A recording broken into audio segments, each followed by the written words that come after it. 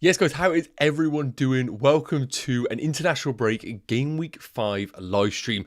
I can't lie, I was getting a little bit bored during the international break, so I thought, well, perfect opportunity for me to answer some of your questions going into this international break. Now, we have still plenty of time until this Game Week 5 deadline. We have literally over a week to go, but I just thought this would be the perfect opportunity for a very chilled, laid-back live stream where you can ask me any questions that you have, and I will go through them in this stream. And what will be great value for you guys as well is that it is literally 30 degrees in this room right now, so I will be progressively getting sweatier, hotter, just a mess throughout this live stream. So that'll be good entertainment for you guys, and nonetheless, if I am not providing any FPL value. So as always, get yourself in the chat, let me know you are here. It'd be great to see some usual faces in the stream. I know it's the international break, I know people are taking a break away from FPL, but I just thought this was a good opportunity for those that maybe just want a little bit of a recap on what's been happening. This is the place to be. I can see Cheeks in the chat. Hope you're doing well. Immortal Technique. Hope you're doing well. Buddy. Is it Nuisance? Hope you're doing well. And Dean in the chat as well. But as I said, get yourselves in the chat. Say hi. Get your questions in there. This is your chance to fire away any questions you have. Also, it's worth noting, I'm going to be going through teams that have been sent through to me, a bit of a rating session from Game Week 5 teams and also wildcard teams. Going to be going through a few of the hot topics and just kind of generally just a recap on FPL so far. It's going to be a quicker one, probably about 40 minutes or so, this live stream, because basically from tomorrow onwards, the videos will be coming back on a daily up until the Game Week 5 deadline. So we're going to have things like, I can't remember what we got coming up in the schedule. We got a Game Week 5 preview coming out on Sunday. Tomorrow, I think we got a differential video. Monday, we got the transfers. Tuesday, we got a wildcard video. A lot's coming. So if you're not already subscribed to the channel, make sure you are, because the content is coming thick and fast from tomorrow onwards. And if we can get to 50 likes, it's always massively appreciated. So let's just get through some of the comments right now. Nuisance is saying, Captain Son on Maddison this week. Okay, so an amazing fixture at home against Sheffield United. First and foremost, if I was building a wildcard right now and I was buying one, it would definitely be Son. Very little information. We're all going off that Game Week 4 performance, but I think sometimes when you can get them slight edges in FPL, you want to take them. Now, Maddison is an unbelievable option at his price point. I think he's 7.6 million, I think. Son at 9, obviously, is a little bit more of an investment. However, if he does continue to play as a number 9 in this Spurs team that create plenty of chances, that is that slight edge that I'm talking about. While most FPL managers have gone towards Maddison because previous to that game, we didn't know Son was going to play as the number 9. This is your opportunity to go a little bit earlier, bring Son into your team, whereas a lot of other FPL managers may hesitate a few more game weeks simply because they cannot afford him. Now, in terms of a captaincy, I would captain Son. I think he's going to play the full 90 minutes because he's the captain of the team at the end of the day. Him and Maddison integral to that team. And I would expect if somebody was going to get a hat-trick in that game week, it would be Son as opposed to Maddison. I think Maddison is going to score regularly. I think Son is one of those players that could have those monster hauls. And realistically, you always want to go for that player that has the potential for those monster hauls when you are captaining them. So Son would be the answer for me. But again, guys, let me know in the chat if you are debating more Maddison. Villa True fan, hope you're doing well, mate. MD saying Salah or Rashford. Now, is that to buy? Because that's a really difficult one to answer because of obviously the price points of both of those players. Now, it's worth noting, I do think long term that Salah is going to come into everybody's thoughts. And for those that are considering a wild card in Game Week 9, we're all going to have Salah in our teams come that game week because the fixtures are unbelievable and it's such an easy entry point for us if we are going to be activating our wildcards. Now, if I was buying him right now, I like it because you're getting ahead of the curve. You're probably 4 weeks earlier than a lot of the mainstream managers that will come into it. So he's a great differential for the coming weeks. But right now, Salah or Rashford at 3.5 million less, I probably still would say Rashford because Højlund coming into the team, we know nothing about him, but what I do know is that Rashford playing off the left is better than him playing as a 9. And I think Rashford at 9.1 million is still unbelievable FPL value. And I really do think that we are kind of overlooking Rashford right now as an option because he's the classic case of we're going to move away to the shiny toys, the Sons, the Salahs, but Rashford is just going to deliver in this Man United team. The fixtures are fantastic. Atlantic AU, hope you're doing well, mate. Brian, hope you're well. Tom, how you doing, Nacho? Doing well, mate. I hope you're well.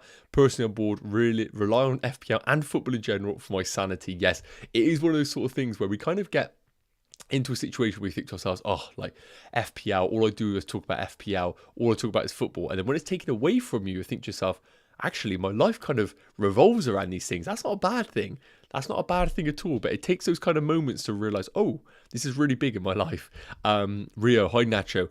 Joao Pedro nearly approaches a price drop. Is it worth a free transfer to replace Pedro by Morris? Okay, so you're in a difficult spot right now because I do think that Pedro is just an issue in the team in general. I don't really like making early transfers during an international break because so much can happen. England haven't even played a game yet. They have 2 fixtures between now and game week 5. So much can happen. If you make that early transfer and an injury arises later down the line, then we can be in serious issues with your team. So if you are in a position where prices are really going to affect your future transfers, then I don't mind the move. Am I big on Morris? No, because I know they have a double game week in game week 7. But realistically, it still is a forward in a Luton team. We don't know whether the talisman theory actually works at Luton. And what I mean by that is if Luton are going to do well, it means that Morris will do well. Similar to Awoni at Nottingham Forest last season. The only reason Nottingham Forest stayed up is because Awoni done well. And basically everything funneled through him. We haven't got enough information yet to know whether that is actually going to be the case with Morris in this Luton team. So I would be hesitant to make that move, Rio, because I don't think it's necessarily the best transfer that you can make. Might even be worth waiting off a little bit and looking to invest in somebody like a Alvarez if you could afford it later down the line. Villa True Fan, bench Mbeumo or Jackson. So to remind myself on the fixtures for this game week, we have Mbeumo obviously is, where is Mbeumo's fixture? Mbeumo is away against Newcastle, which is tricky. And Jackson is away against Bournemouth. If I had to bench one, it probably would be benching probably Mbeumo, but I am a Chelsea fan and I might have a little bit of bias in there. I'd probably just bench Mbeumo, but look, Jackson hasn't cut the mustard right now, has he, at all? Botman injury, we don't know the full status on it right now, but I think he's a tough buy right now until we get clarification back end of next week. So hesitate, don't do anything on the Botman right now. Just get more info later on next week. Jackson to Alvarez. It's a perfectly fine transfer. I wouldn't knock anybody going down that route of bringing in Alvarez into their teams. All I would say is Champions League is on the horizon. There will be rotation at Man City, but Alvarez has played pretty much every minute of every game. He's looked fantastic. So there's no denying that he's a brilliant transfer for your team. And I can't really make a huge case of Jackson long term. We will come on to Jackson in a slide later on. So hopefully that will help out. Calvin, hope you're doing well, buddy. Obviously, always great to hear from you, mate. Timo Werner's cousin. Nunes or Alvarez? I mean, I am just one of the biggest Darwin Nunes fans going in both a player and an FPL perspective. I would love to sit here and tell you Darwin Nunes, but the minutes are a little bit dicey. Even if he does start, he very rarely plays 90 minutes. So I would probably like to sit here and say Darwin Nunes, to be honest with you, but you need to understand you're probably getting a 65 or 70 minute Darwin Nunes at best. You need to understand whether that is going to be the route you want to go for or not. Kezi, hope you're doing well. Adam, sell Jackson or roll the free transfer. For me, I think rolling your free transfer is probably more of an optimal move. Away against Bournemouth isn't a bad fixture. Chelsea is still getting decent numbers as a team, and Jackson himself is getting good numbers as a player. Yes, it isn't clicking right now. Chelsea have missed the most big chances of any team in the league. Obviously, it's just Chelsea, isn't it? But I wouldn't be rushing off Jackson right now as opposed to rolling your transfer. I think having another transfer to going into game week 6 just gives you more flexibility, meaning that you could, if you wanted to, go from Jackson to maybe a Gabriel Jesus and use that other free transfer to downgrade someone else to really improve the overall of your squad. So that is definitely something I would consider. I probably wouldn't use my free transfer as opposed to selling Jackson. So while we're chatting, guys, I just want to fire up some midfielder stats on your screen here. It's very stats heavy. I appreciate not everyone's into this, but I do think it is worth knowing where we're standing right now in terms of the season. So this is taken from Fantasy Football Fix.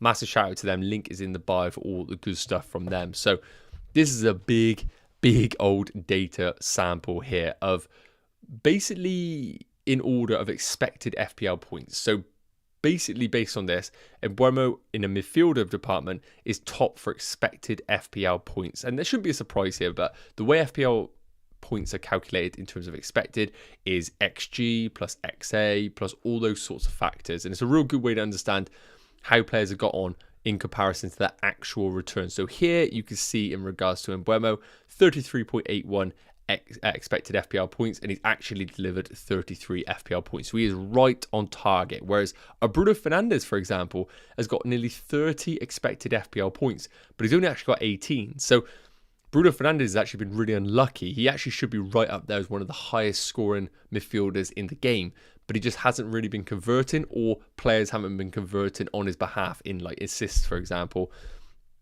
Another example of an underperformer on here would be somebody like Solly March.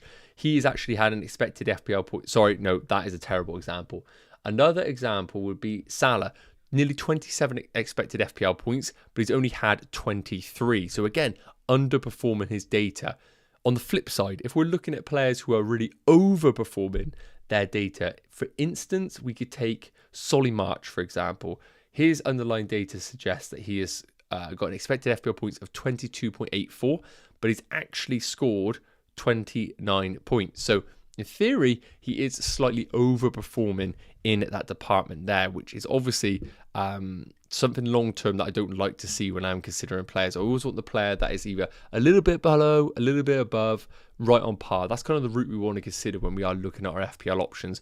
I don't want someone who is hugely overperforming his stats, because long-term that doesn't really feel viable going forward.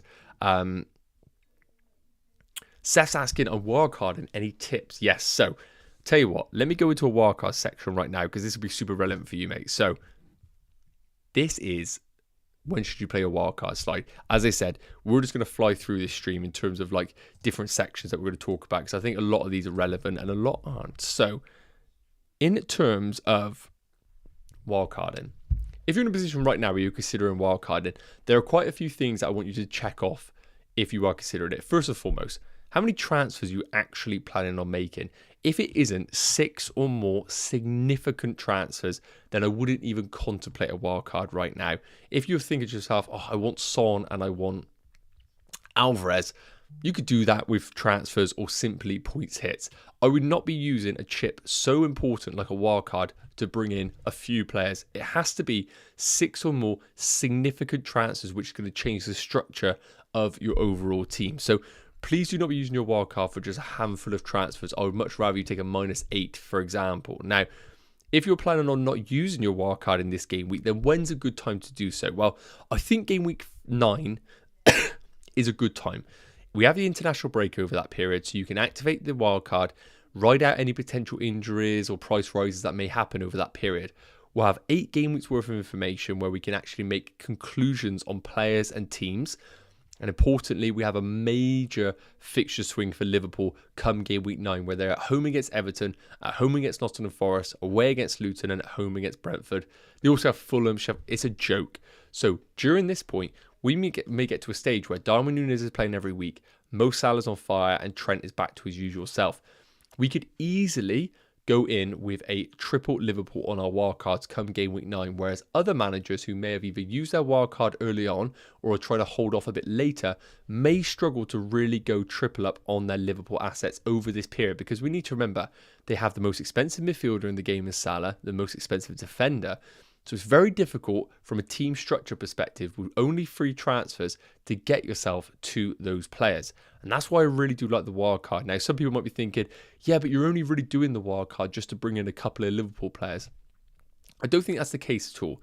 I think firstly, as I said, difficult players to buy. Wildcard makes it easier to bring them in. And secondly, I think we are going to get to a point come game week 9 where other players will emerge. And as I said, conclusions will be drawn on certain players and teams.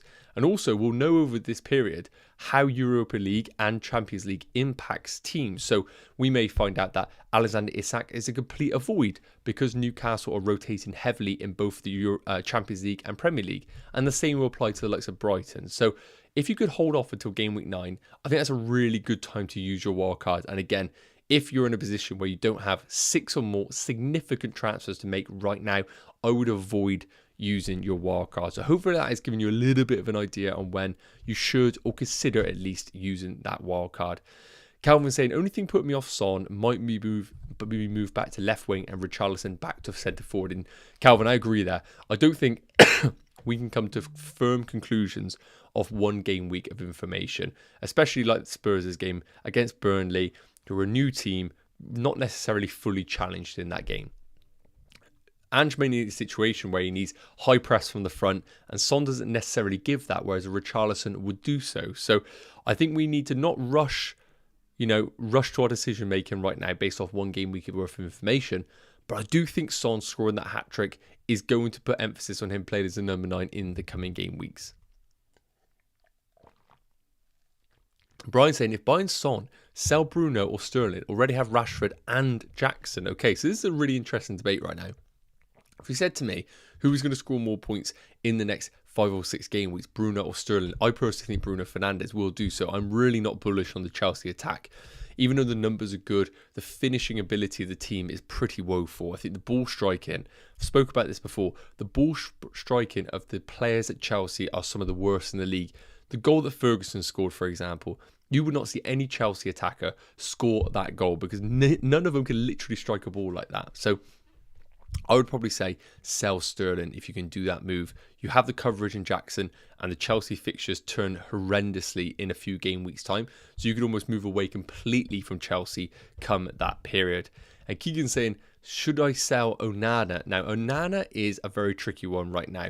The fixtures of Man United are quite mixed. They have, where is it? Let me just get the fixtures up for Man United, just so I can give you a bit of an update. So Man United's fixtures read as Brighton, Burnley, Palace, Brentford, Sheffield United, and Man City. I don't necessarily think there are going to be a ton of clean sheets over that period, but I also do think it's quite a luxury transfer. Now, if you're in a position where you have 2 free transfers, downgrading an Onana to maybe a 4.5 gives you a bit of cash to invest elsewhere, then I really do like the move because Luke Shaw out long term. We have people like Martinez, who's a question mark, Varane, who's a question mark.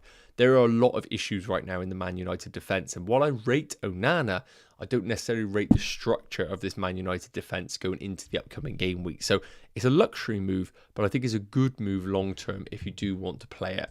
Otherwise, just keep Onana and just hope that Man United find a formula that is going to work in their upcoming games.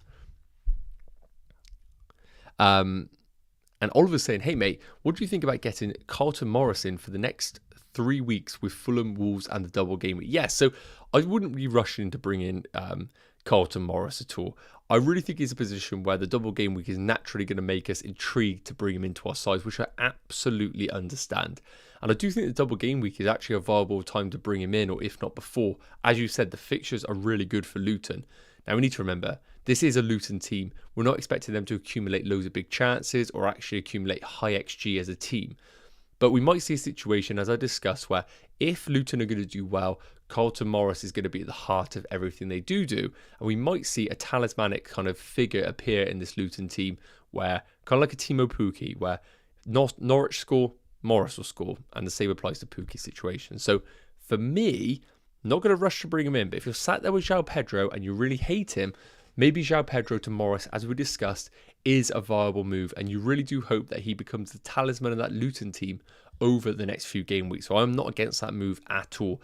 I'm just not really into the early transfer, just because, as I said, a lot can happen over this international break where we still have plenty of things that could arise. Leo said, hey mate, how do I send my team to you? Leo, we're doing that over on Instagram. I'm trying to get through them, but it's worth noting we've had quite a lot sent through. So I'm trying to get through them all, but if I don't get to it, I do apologise. It's just because of the volume of teams that I've had sent through. And Terrace is saying, George is saying, 1 free transfer, bought Sterling in game week 4 and flopped. I have no Spurs player. Do I go Sterling to Maddison or no? Okay, so you need to look at your overall team right now. It's a luxury transfer you doing Sterling to Maddison, because I believe Sterling will play significant minutes in the upcoming fixture. He hasn't played in the international break. He hasn't been picked for England. So we know he's going to play significant minutes for Chelsea. And if Chelsea are going to do well, you would expect Sterling to be an influence at least on the team. I like the move, but it is a luxury transfer. Just remember that. And then after this game week, Spurs have got tricky fixtures where they go away against Arsenal and at home against Liverpool, whereas Chelsea have Aston Villa and Fulham. So from a fixture perspective, I don't like it, but I get why you want to make it because Sterling did do well and Maddison did do well. But very luxury. If you have 2 free transfers, nothing else to do, and you want to make it, I don't mind it. But you're going to come into game week 6 and look at Maddison away against Arsenal and think it's not the best fixture in the world. So just be cautious of that, mate. And Terence is saying, have traded Watkins for Morris. Am I crazy? No. It is worth noting, this is the game week I kind of penciled in as being a worried Watkins non-owner. At home against Crystal Palace is a good fixture. Crystal Palace defensively are good. They don't concede lots and lots of goals, but I do fancy Watkins in that fixture. So I wouldn't have sold him this week for Morris, but I like Morris long term, and of course he doubles in game week 7 and has a really favourable home game against Wolves in game week 6, so it definitely could pay off. Jacob, hope you're doing well, mate. I'm going to put a quick poll in the chat here just to see if anyone actually made any transfer on. Have you made your transfers? Have you made a transfer yet?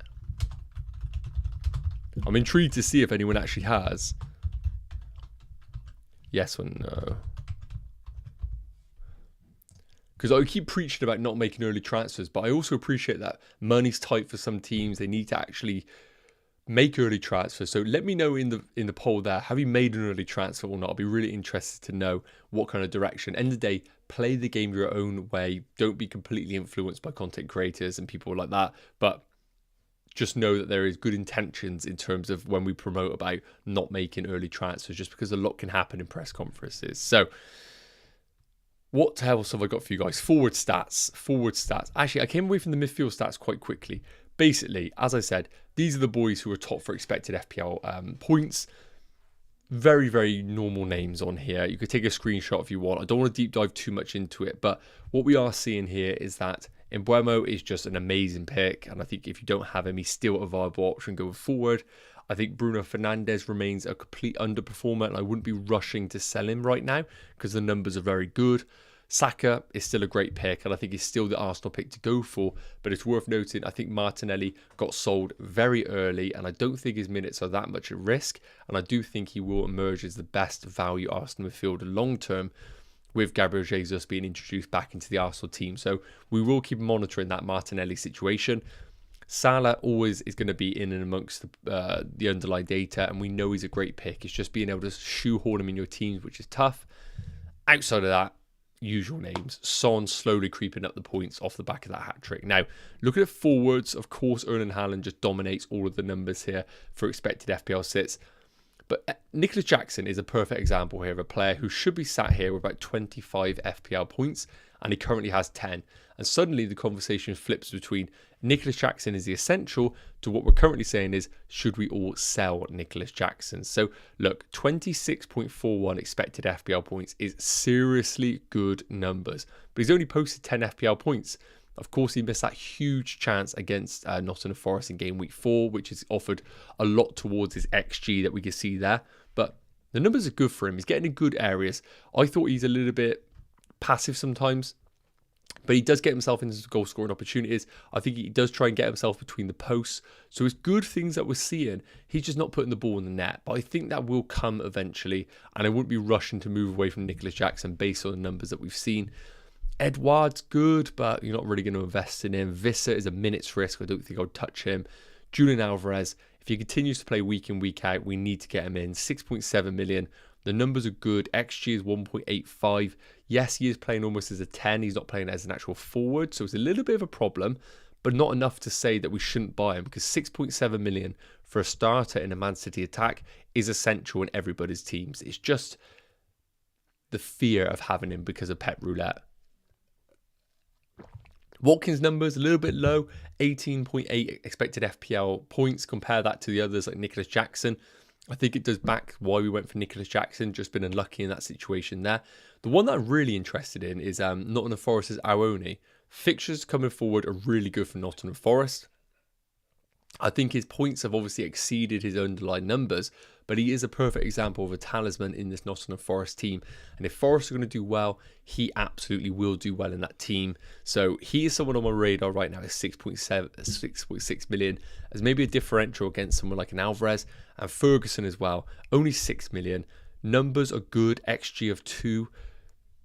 Solid, just the Europa League is going to be a big problem for both Brighton and Ferguson going forward. So look, talking about Jackson, let's get some numbers up on the screen for you here just to give you an idea on how he's performed between game weeks 1 and game weeks 4. And again, guys, if you can drop a like on the live stream, it'd be massively appreciated. We always aim for 50 likes on the stream, and if you can do that, that would be massively appreciated. And again, trying to hit 10k subscribers before the game week 5 deadline, which is going to be next Saturday. So we're just over a week away.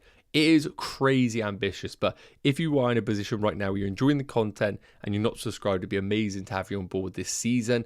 As I said, basically daily videos going from tomorrow up until the game week 5 deadline. So I think there will be something along the next week that will provide some value to you. So it'd be great to have you as a subscriber, and also in general, make sure you do get those notification bells on as well, because it will update you whenever I do drop a video. Usually I try and keep them between 10 and 12 minutes long, so it's not a huge toll on your body to be consuming the video. So hopefully they do provide some value. Right, let's get back into some of these questions. So,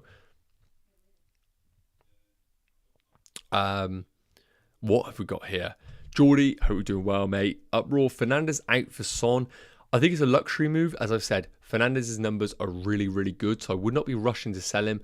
The fixtures coming up are good for Man United. It's more of a case of if you just really want to get early doors on Son, or maybe if you've got Maddison already, you don't need to go there. I think if I had Maddison, I wouldn't go for Son right now at all.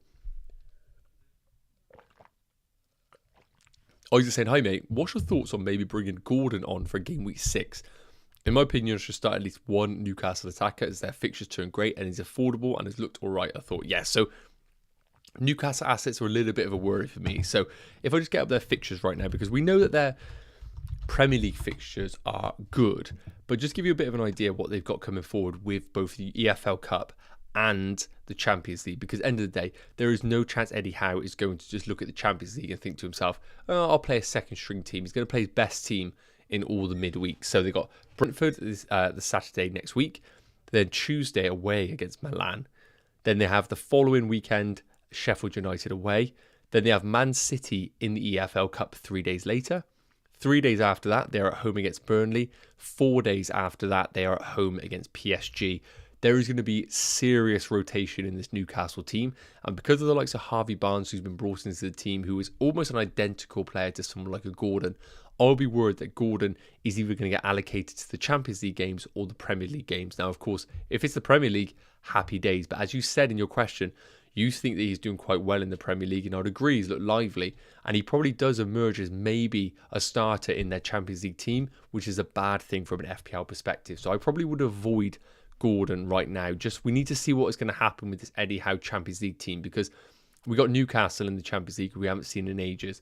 Brighton in the Europa League, we don't know what they're going to look like. Whereas other teams like a Liverpool, we know realistically what they would roll out week in, week out. And I just want to look at the Liverpool fixtures a minute as well, just to get an idea on what they have going forward. So, for example, Liverpool in the Europa League, we know Klopp has the luxury here to play a second string team if he wants to. He's got LASK away in the Thursday after Wolves game. Then he's got fixtures like Union St. Gilloise or whatever. He could play a second string and win those games. There's no worries there from a Liverpool perspective in my eyes. Adam, right now I'm playing a 3-4-3 with Nunez, Haaland and Jackson up top. Should I drop a forward and get Archer to then go to a Foden or Diaz?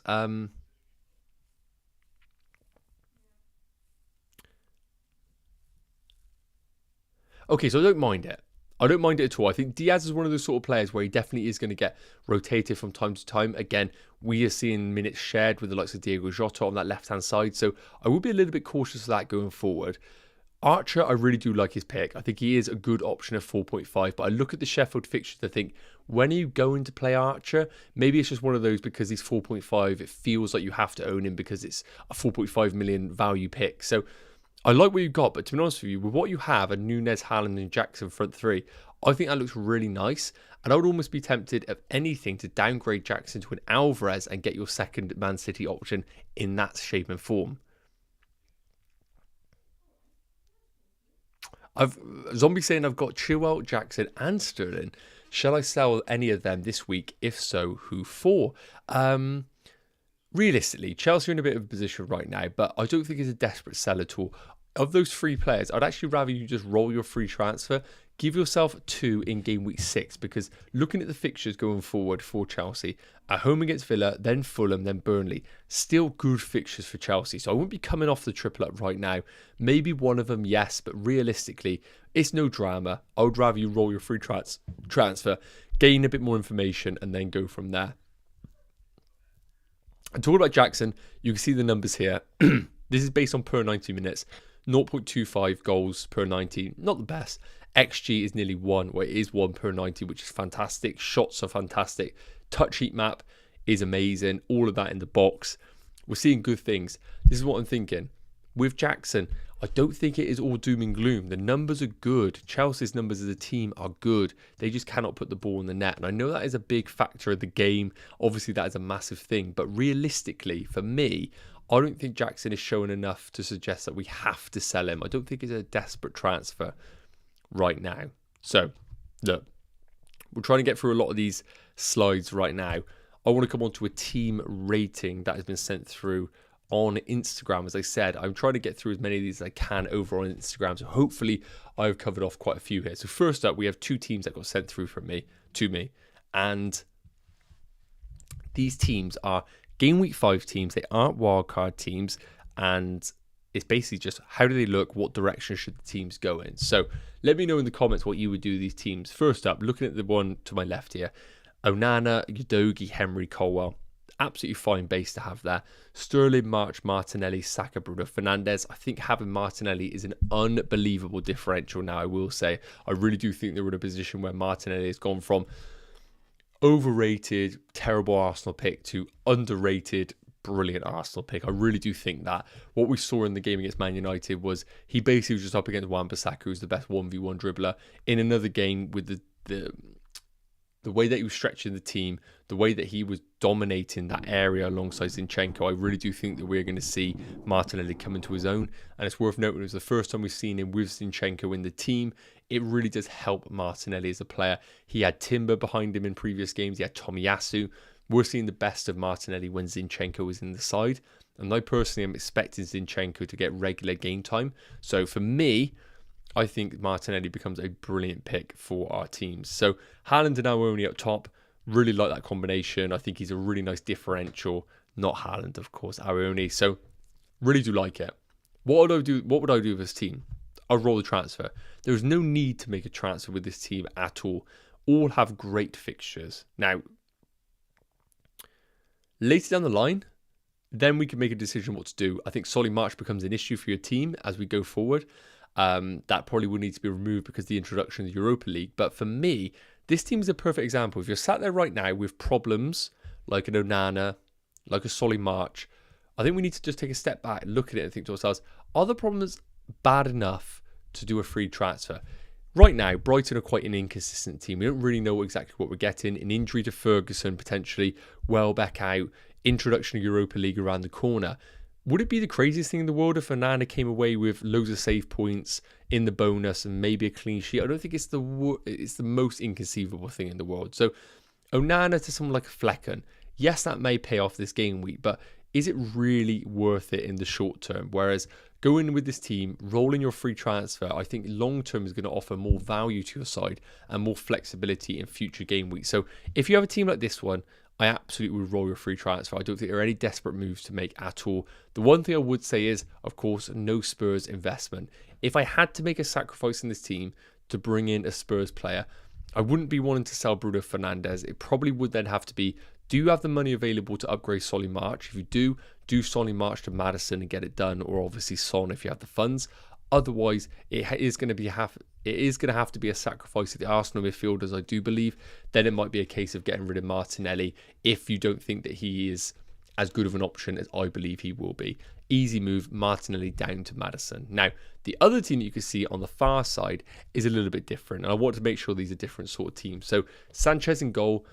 I don't really like the Chelsea double up in defence at all, but it is what it is. Chilwell, Udogie and Saliba, fine, absolutely fine for this game week. Foden, Rashford and Mbeumo, Diego Jota, which is a little bit of a problem, and Saka with Watkins and Haaland up top, and a solid bench of Archer, Estupiñán and Kabore. Now, a perfect example again of a team that absolutely doesn't need a free transfer, but a team that definitely has got problems in the future.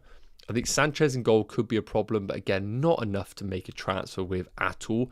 Diego Jota's minutes are always an issue, and I would be conscious of that going forward. And I also do think that people like an Estupiñán, maybe later down the line, might be one to consider if you are looking to invest in a Matty Cash, maybe later down the line, or upgrade him to a Newcastle defender. This team does not need a transfer at all. I would not be trying to pull the trigger here, trying to be smart with moves. Again, the only thing it comes down to is how much do you value the Spurs attack? If you're in a position right now where you're saying to yourself, I need a Spurs attacker, you sell Diego Jota this week and you bring in Maddison. That is the move I would make for that team. And then this team starts to look really complete with investment in players that are going to be playing 90 minutes for their teams. Some of these on penalties, talisman. Diego Jota to Maddison would probably be the move I'd make if you could make it. Now, the rest of these here that you can see on your screen are wildcard drafts. And I think this would be a good opportunity for us to quickly go through some of them to get an idea on what direction certain managers are looking at. Okay, so first up we have on our screens here. Now, Leno plus Becker, which is Alisson, for those that don't know, at Liverpool, is not a combination that I would consider at all. 5.5 million for Alisson. Yes, he does offer some value from time to time, but you simply cannot have a goalkeeper like Leno to rotate with him. If you have Alisson, you play him in every single fixture and you put a 4 million goalkeeper alongside him, like Areola or a Matt Turner. But for me, I don't think Alisson is worth the funds. I would much rather downgrade Alisson to Areola at West Ham because they rotate really well together. So if I just get this up for myself here and I'll read it out for you. Give me 30, not even 30 seconds, give me like 10 seconds. So Fulham and West Ham, this is how they rotate as a goalkeeper pairing. So you would get Leno away against Everton. You'd then get Leno at home against Brentford, Areola away against Brighton, Areola away against Luton, Leno at home against Luton, Leno away against Palace, Areola at home against... Oh no, I've just had an absolute stinker there. Give me 2 seconds. I've just read out from game week 1. Okay, restart. This is what you would get with a Leno-Areola combination. You would get Leno away against Everton. Oh my God, why is it not updated? What is going on here? Hang on. Okay, here we go. Just ignore everything I've said. So, a Leno-Areola combination will get you this over the coming game weeks. Leno at home against Luton, followed by away against Palace. You then have Areola at home against Sheffield United. You then have Leno at home against Sheffield United, followed by Areola away against Villa and at home against Everton. That is the goalkeeper pairing to go for if you are looking to go down it. Now, a few people are a little bit worried about Fulham, but I do think Paulinho not leaving is a good thing. He looks like a professional. I think he will put a shift in until January and then he will leave. Don't have to worry about that until we get there. So downgrade Alisson to Areola. Get yourself that rotation in keepers. Gusto is a problem. Reece James is looking like he'll be back after the international break. He is the team captain, club captain. I know Gusto's played well, but it's only a matter of minutes until Reece James replaces him in that Chelsea team. So I would take out Gusto. I would not have him in a team. I think Saliba is fine. Zinchenko's a good differential if you want to go there. And Pedro Porro is just a good differential as opposed to Udogie if you do not fancy it. But I would say Pedro Porro is more at risk of rotation of an Emerson Royale.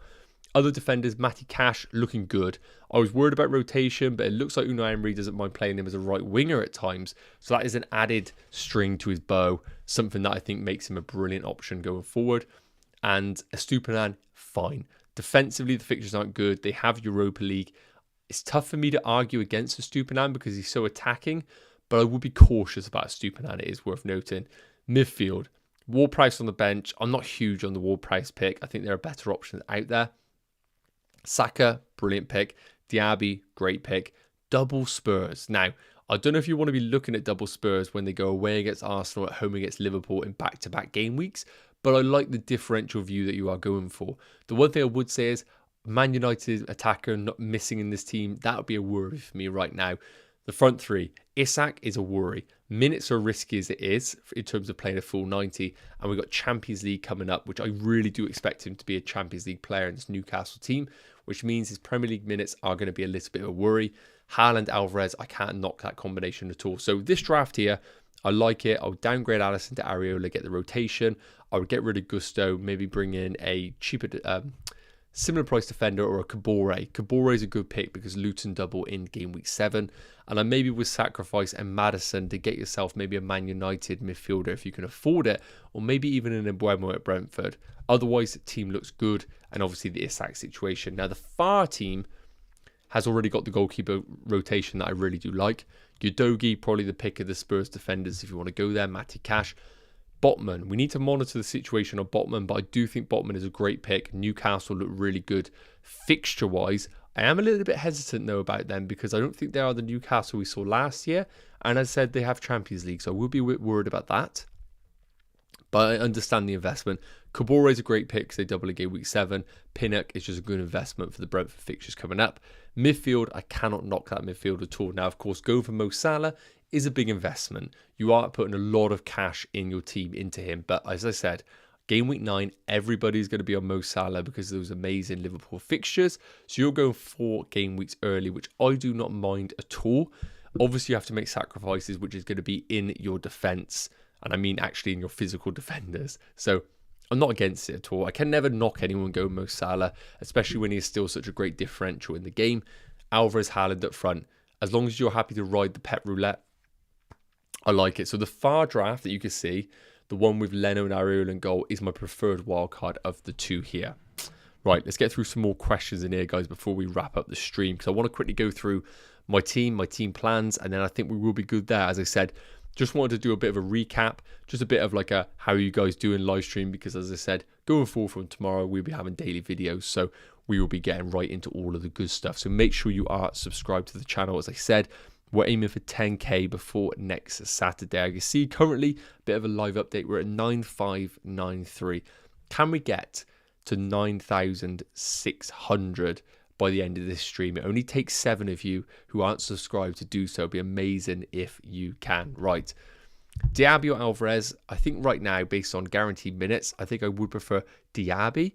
But of course, they're both in different positions. So it's all about the kind of squad that you are looking to build right now. J4MO saying, I want to make 6 changes to my team, but should I wait or wildcard? So it's going to be, are they substantial changes to your team? If they make a real impact and they are actually viable moves, then yes, I don't mind it. But are you making transfers for the sake of transfers? That's the only thing I would ask you there. Simeon saying, hi mate, should I sell Mitoma now that Europa League is coming up? Yes, I do think Mitoma's time is coming to an end. Mbeumo is a perfect side move if you want to go there. Diaby, a brilliant differential if you want to go down that route. I think Mitoma's time is coming to an end. Will he remain a great option? I do think he will, but minutes is the thing that I'd be a little bit cautious about. Dom saying Jackson's a case where XG stats just don't matter at all, in my opinion. Yeah, that's fair. I think we need to understand, is he going to be a goal scorer or is he not? I'm still on the fence right now whether he actually has that goal scoring kind of touch. And that's the problem that Chelsea have had for such a long time. Is there Luis Diaz or Solly March? I would much rather go Diaz because Solly March will be a rotation risk later down the line. Optics saying best 7.5 million or under midfielder for the next 4 game weeks. Realistically, I still think Mbeumo is a brilliant pick.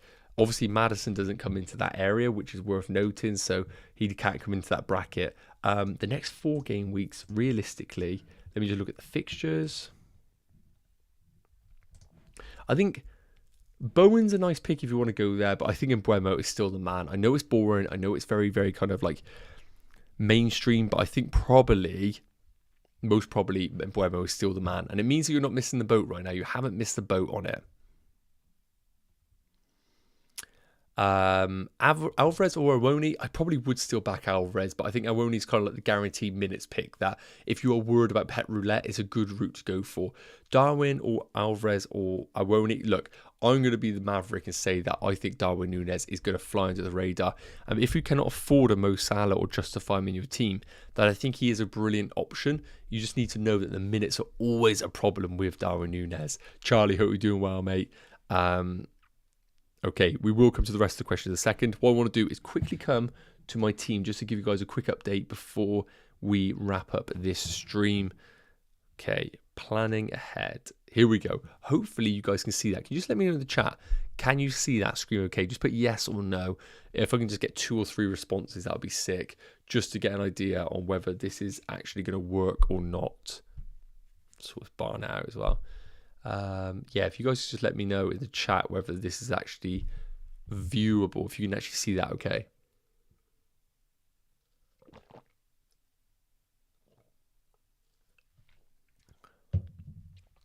Okay, well, I'm going to shoot Charlie. Thank you, buddy. So, this is how the team's looking right now for game week 5. So, I made the Diaz move and Maddison move last game week, and I'm pretty happy with the team, how it's looking. So, just to read it out, Turner in goal, Udogie, Ruben Diaz and Chilwell. I'm perfectly fine with that. Do I hate having Turner and Pickford? Absolutely hate it, but not worth a free transfer right now. Saka, Mbeumo, Maddison, Rashford, Fernandes, perfectly fine with that. I have seen nothing to suggest that Brighton are watertight defensively. I have been one that has said from pre-season that the absence of Caicedo and McAllister is going to be tough to fill from a defensive positioning, because are they going to dominate phases? Yes, absolutely.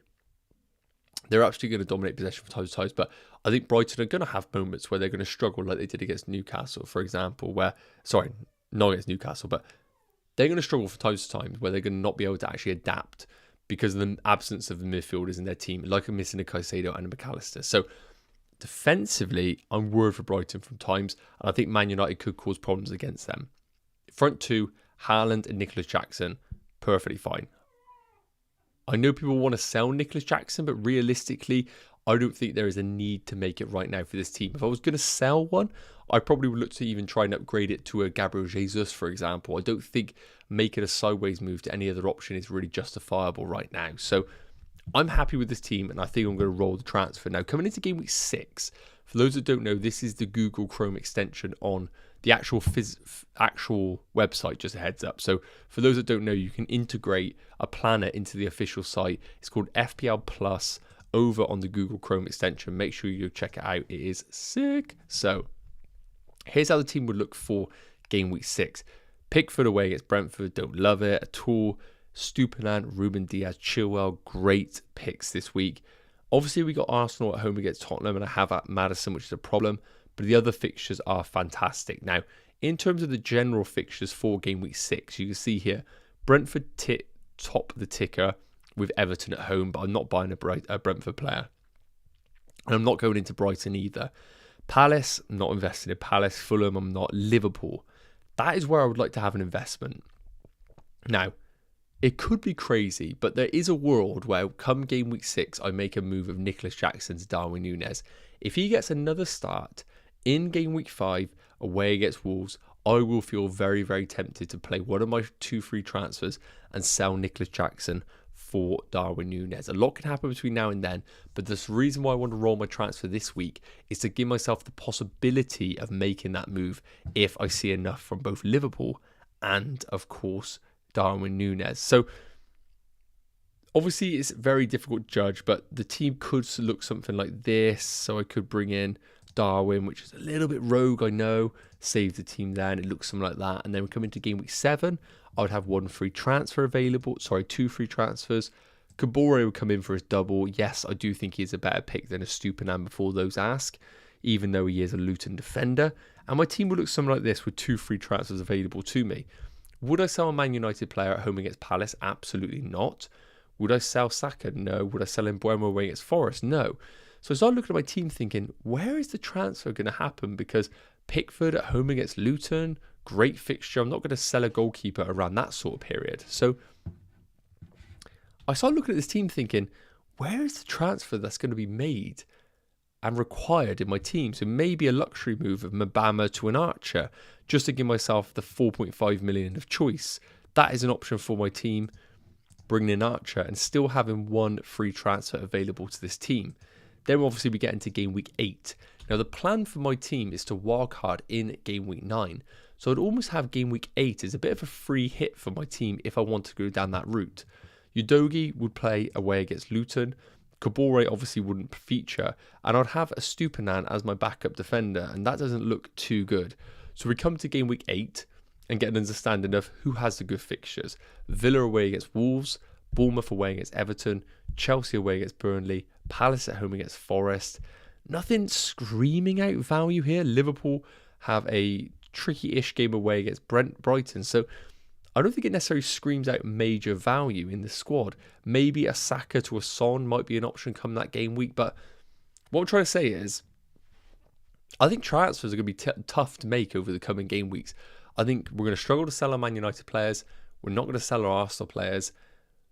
We probably will sell our Nicholas Jacksons and maybe our Chilwells. But as I showed you, very difficult to sell someone like a Chilwell with these coming game weeks. I think there's value in him in all of these fixtures. So goalkeeper transfer is an option for some. I think goalkeeper transfer is definitely available. But just saying, I think it's going to be tough to make transfers week in, week out. Looking at my personal team, and I'm kind of hoping injuries happen just to mix it up a little bit. And then the question is, do I wildcard in game week 9? Or if transfers are very, very difficult to make, why don't I start building the Liverpool team that I want with my free transfers? So, for example, I could, in game week 7, start building towards a Liverpool contingency. So here, for example, I could start bringing in Mo Salah, and then I need to free up 3 million, which will be very difficult. Okay, I'm waffling. Like I said, the plan is to wildcard in game week 9, make transfers. I will be dropping a transfer plan video on Monday, I believe. So make sure you stick around for that, as that's going to be a bit more of a deep dive exactly on what I'm going to be doing. So, look, guys, as I said, I'm going to try and wrap up the stream in a minute. We're 5 away from 9,600 subscribers. Can we get there? If you're watching this right now, you like the channel, you've watched it for a little bit, you think it's all right. If you could, smash that subscribe button. It'll be massively appreciated. It's totally free. And as I said, we're on the road to 10k before the game week 5 deadline. If we could get to 9,600 before the end of the stream, that would be absolutely amazing. So let's cover off some more questions, then we're wrapping it up. We've got 4 minutes and we're wrapping it up. Choose one, Maddison, Son or Bruno. Personally, I think it's very difficult to judge Son off one game week in isolation. If he continues as a 9, I think Son becomes the best option out of that 3. I'd probably rate it as Son 1, Bruno 2, Maddison 3. If Son fluctuates between the 2, he becomes the worst option, and then it goes Bruno, Maddison, Son. Is Szoboszlai a good pick? Not right now. No, I don't think he's worth the investment.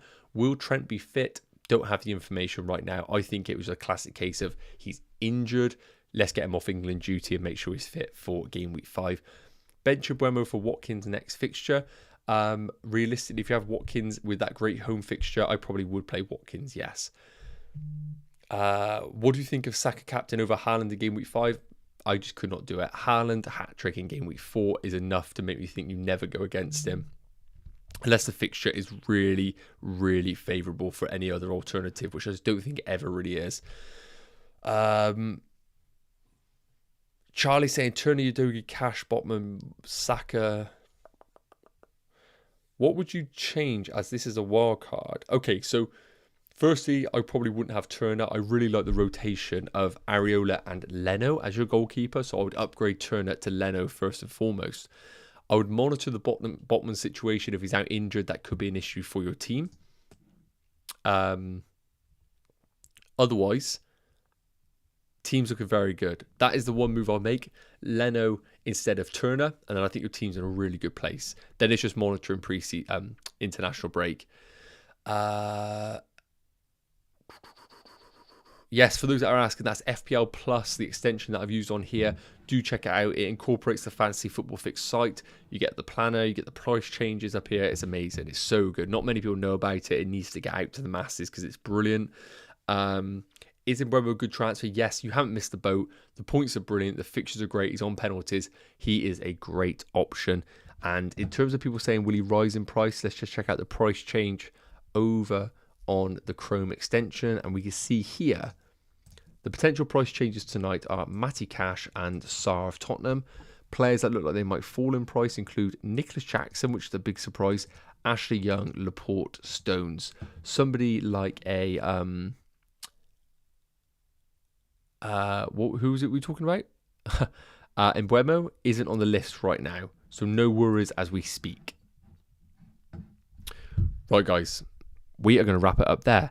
As I said, this was the perfect opportunity for us to just deep dive into some general chat. It's been a while since we've done this.